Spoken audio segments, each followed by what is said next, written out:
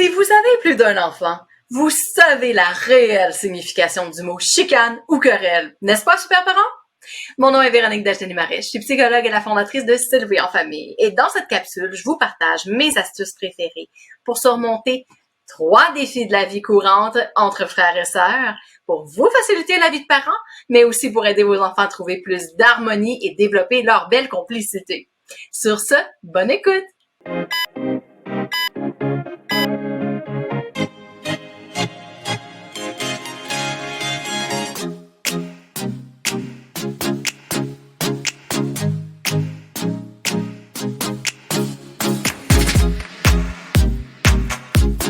Compétition entre enfants, qu'est-ce qu'on peut faire pour changer la dynamique, pour renverser un petit peu la tendance qui s'installe, où les enfants vont commencer à s'installer dans des rôles, ou vont commencer à avoir systématiquement un mode d'interaction entre eux qui est assez cristallisé, qui est assez figé, qui est un peu toujours le même. On va pouvoir regarder qu'est-ce qu'on peut faire rapidement pour offrir autre chose à nos enfants, leur proposer une autre dynamique. La compétition, il faut se dire qu'il y a quelque chose de sain à ça. Pensez à des enfants qui sont impliqués dans de la compétition sportive, ça peut leur faire un très grand bien, ça peut leur permettre de se dépasser, d'être la meilleure version d'eux-mêmes. C'est pas que mauvais, la compétition dans la vie. Par contre, ce qui peut se produire, c'est quand tout devient l'objet d'une compétition, ah oui, là, ça peut devenir très lourd. Et dans des cas comme ça, ce qu'on peut essayer de faire avec nos enfants, je vous propose des stratégies à effet rapide, là. C'est pas nécessairement la stratégie qui va tout régler, mais ça peut aider à changer la donne au cours d'une soirée, par exemple. C'est mettre sur la table une compétition contre vous, les enfants contre vous. Parce que on s'entend, quand on parle de compétition, on compétitionne pas à habileté égale entre un aîné puis un cadet. Chaque enfant va être à son propre stade de développement et ça fait en sorte que il y en a toujours un, toujours le même, qui a une longueur d'avance sur l'autre. Puisque la balance penche probablement souvent vers un pattern entre les enfants dans la compétition, c'est toujours le même qui gagne. On veut pouvoir briser ça puis offrir à l'autre enfant, qui est celui qui perd, une opportunité de se sentir en puissance. Parce que quand on gagne, quand même, il y a une fierté. Et moi, une de mes stratégies préférées pour ça, c'est de dire aux enfants, vous ne serez pas capable de me battre. Vous, ensemble, l'équipe enfant contre moi. Je vous donne quelques exemples. C'est la course à qui va monter à l'étage le plus vite possible. Chez nous, ces temps-ci, c'est le dernier arrivé, c'est une poule mouillée. Ben, je m'invite dans cette compétition-là. Et donc, dernier arrivé, c'est une poule mouillée. Drôlement, c'est toujours moi. Au final, votre intention, c'est de perdre. Vous voulez perdre. Vous voulez que celui qui habituellement perd, ça ne soit pas lui le perdant. Et là, vous allez vous surprendre à avoir des super beaux moments de complicité, comme les enfants qui vont dire « Allez, viens, on va aller mettre de la colle sur le plancher pour maman! » La colle imaginaire, on s'entend. Et là, les deux font ça ensemble. Là, vous pourrez dire « Ils se sont ligués contre moi. » Ils se sont ligués ensemble. C'était ça l'objectif de l'intervention. D'accord? Et là, vous allez peut-être voir de la complicité. On était parti d'une compétition où il y aurait quelqu'un qui aurait fini par bouder de colère, de frustration, et avec un autre enfant qui nargue parce que c'est lui qui se sent le plus fort, à une situation où ils sont complices. Ça ferait du bien, ça! Plus de complicité pour remplacer la compétition.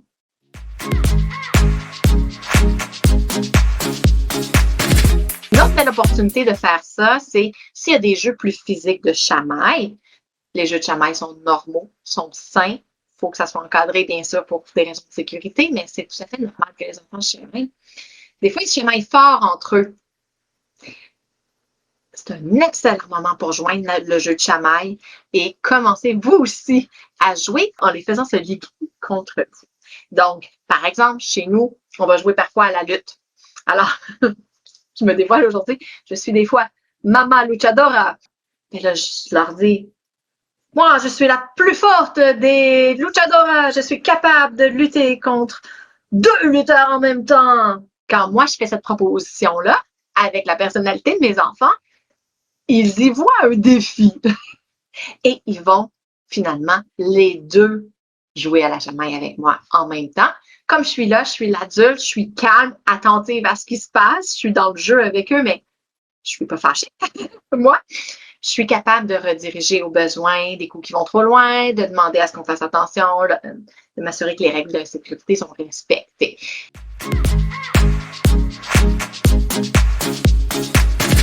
Compétition sur le temps de parole. Quand il y a de la compétition sur l'attention, souvent c'est ça, hein, derrière le temps de parole, c'est qu'il y a un besoin d'attention derrière. Scénario peut-être classique, c'est qu'on rentre tout le monde à la maison, on a eu une longue journée et c'est l'heure du souper, on se met à la table et là, on va vouloir tout le monde parler en même temps. On a tout le monde des choses à dire ou pas, mais drôlement, quand quelqu'un commence à parler, ça nous donne des envies puis nous aussi, on a envie de parler. Ce qui fait que gérer le temps de parole à table, ça peut être rock'n'roll. Pour certaines familles, là, c'est souvent quelque chose que j'entends. La question qu'on peut se poser, c'est qu'est-ce qu'il y avait dans ce besoin-là d'attention qui pourrait être répondu autrement qu'à un moment crucial comme le souper. On peut penser à des solutions de prévention où est-ce qu'on essaie de répondre en amont aux besoins pour qu'au moment où on arrive tous ensemble, il y ait moins cette pression-là d'exprimer son besoin très haut et fort, tous en même temps. Une autre chose qui aide énormément entre les enfants, c'est de ramener le propos de l'enfant, le c'est pas juste, ramener ça à l'enfant. Tu as envie de plus de temps pour parler avec moi. Puis là, on peut aller vers une résolution de problème pour ça. Tu as besoin de plus de temps. Présentement, je suis pas capable de t'en donner. Ce serait quand le prochain bon moment? C'est une excellente façon de couper court. On coupe l'herbe sous le pied un petit peu de la jalousie et de la rivalité en ramenant ça à, mais dans le fond, ton besoin, c'est. On peut vraiment ramener ça aux besoins de l'enfant. Puis quand on fait ça, là, on offre à la fois à l'enfant de la validation parce qu'on lui dit, je comprends ce que tu es en train de vivre. Je le minimise pas, je m'y attarde. Donc, d'une part. Mais on est en train aussi de lui donner des mots. On donne un exemple. On modèle comment je peux exprimer mes besoins dans un contexte de jalousie, d'envie, de rivalité. Alors, c'est correct que ça monte, ce sentiment-là. Mais il nous apprend quoi? Il nous dit quoi? Toutes les émotions sont une forme de communication. Quand ça monte, ça porte un message. Qu'est-ce que j'entends de ce message-là, moi? C'est l'habileté qu'on veut que nos enfants développent. Et là, après, on peut faire une demande qui parle plus de soi. Et ça, c'est l'habileté que nos enfants ont à développer. Je vais vous proposer d'aller pratiquer ça et vous m'en redonnerez une nouvelle. Vous me direz qu'est-ce qui a fonctionné dans votre famille pour désamorcer un petit peu le pattern de compétition. Alors, sur ça, les parents, ça fait le tour de ce que je voulais vous partager aujourd'hui. Prenez bien soin de vous et je vous retrouve bientôt.